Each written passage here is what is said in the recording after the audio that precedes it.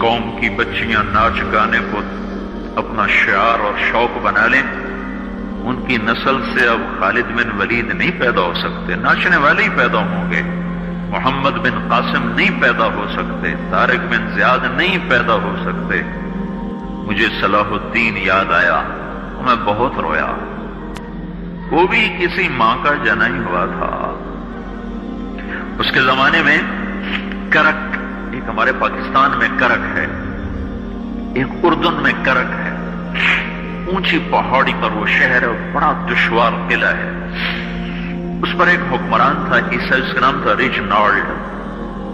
تو کرک کے قریب سے قافلے گزرتے تھے حج کے، تو اس نے ایک دفعہ حاجیوں کے قافلے پہ حملہ کیا اور کہنے لگا بلاؤ اپنے محمد کو تمہاری مدد کر، اور سارے حاجیوں کو تعطیل کر دیا۔ اور دوسری دفعہ اس نے بحری بیڑا تیار کی اور مدینے پر حملہ کرنے کے لیے وہ بندرگاہ تک پہنچا یمبو کی، لیکن موسمی حالات سازگار نہ تھے تو واپس ہو گیا۔ تو حطین کی لڑائی ہوئی ہے فلسطین میں، جس میں سارا یورپ اپنی طاقت کے ساتھ میدان میں اترا تھا، اور ادھر تنہا صلاح الدین ایوبی رحمۃ اللہ علیہ اکیلا اس لشکر سے ٹکرایا تھا، اور انہیں اس میں ساری رومن امپائر کو شکست ہوئی تھی۔ تو بڑے بڑے بادشاہ اس میں گرفتار ہوئے، تو اس میں ریجنالڈ بھی گرفتار ہو کے آیا۔ تو کوئی 12 بادشاہ تھے ریاستوں کے جو سامنے اس کے پیش کیے گئے، تو پیاس کی شدت سے سب کا برا حال تھا۔ تو صلاح الدین نے سب کو پانی پیش کیا، ریجنالڈ کو نہیں پیش کیا۔ تو یروشلم کا جو بادشاہ تھا ہم فرے، اس نے اپنا پانی بچا کے اس کو دیا۔ تو صلاح الدین نے کہا یہ پانی تو دے رہا ہے، میں نہیں دے رہا ہوں۔ اسلام میں یہ ہے جب کسی کو پانی پلا دو تو اس پہ تم ہاتھ نہیں اٹھا سکتے، یہ امن کی نشانی۔ تو صلاح الدین نے فوراً اسے کہا یہ پانی تو نے دیا، میں نے نہیں دیا۔ تو پھر انہوں نے ریجنالڈ کو اسلام کی دعوت دی کہ تو مسلمان ہو جا، میں تجھے دعوت دیتا ہوں۔ اس نے انکار کر دیا، کہا میں نہیں ہوتا۔ تو انہوں نے کہا میں نے تیرے قتل کی 2 دفعہ قسم کھائی تھی۔ ایک جب تو مدینے پہ حملہ آور ہوا تھا تو میں نے قسم کھائی تھی میں تجھے اپنے ہاتھوں سے قتل کروں گا، اور دوسری دفعہ جب تم نے حاجیوں پہ حملہ کر کے کہا تھا بلاؤ محمد کو، تو میں نے قسم کھائی تھی کہ مجھے اللہ نے موقع دیا تو میں اپنے ہاتھ سے تیری گردن اڑاؤں گا۔ آج محمد کا ادنا غلام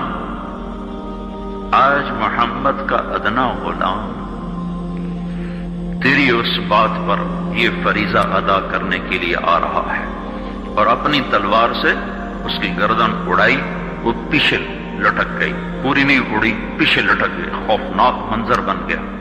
تو سارے بادشاہوں پہ کب کبھی طاری ہو گئی۔ تو صلاح الدین فرمانے لگے ہمارے مذہب میں یہ نہیں ہے، بادشاہوں کے ساتھ ہم بادشاہوں جیسا ہی سلوک کرتے ہیں، پر یہ حدود سے آگے چلا گیا تھا۔ اب مجھے یہ قصہ بھولا ہوا تھا، مجھے انہی حادثوں میں، انہی ہنگاموں میں وہ یاد آیا، تو بعد تنہائیوں میں بیٹھ کے بے بسی کے آنسو بہہ جاتے ہیں، اور اس کے سوا کوئی چارہ نہیں ہے۔ ہماری ساری نسل موسیقی میں ڈوب چکی ہے، جو بدن سرتال پہ تھرکتے ہوں، جو بدن موسیقی کے اوپر ہلتے ہوں، رقص میں آتے ہوں، ان پہ کانٹے ہی اگیں گے، ان پہ صلاح الدین کا پھول نہیں اگ سکتا، ان میں محمد بن قاسم کے پھول نہیں اگ سکتے۔ بانجھ ہو گئی ہے ہماری نسل، اور یہ یورپ کا سحر ہے جو چل گیا ہے، ہماری بے بسی ہے، ہماری بے بسی ہے۔ میں تو بس منت ہی کروں گا اپنے آپ کو پہچانو، اپنی ہستی حیثیت کو پہچانو، اپنی نسبت بدلو۔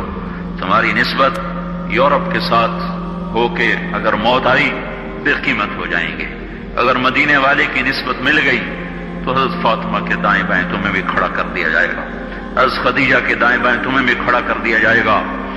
یہ چند دن ہیں، صبر کر لو، گھٹ گھٹ کے مر جانا ہی بیٹیوں کی روایت ہے۔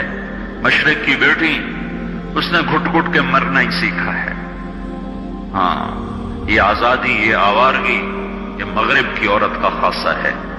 اور 18ویں صدی تک مغرب میں بھی کوئی عورت ایسے ننگی نہ تھی، اور گھر کی زندگی تھی۔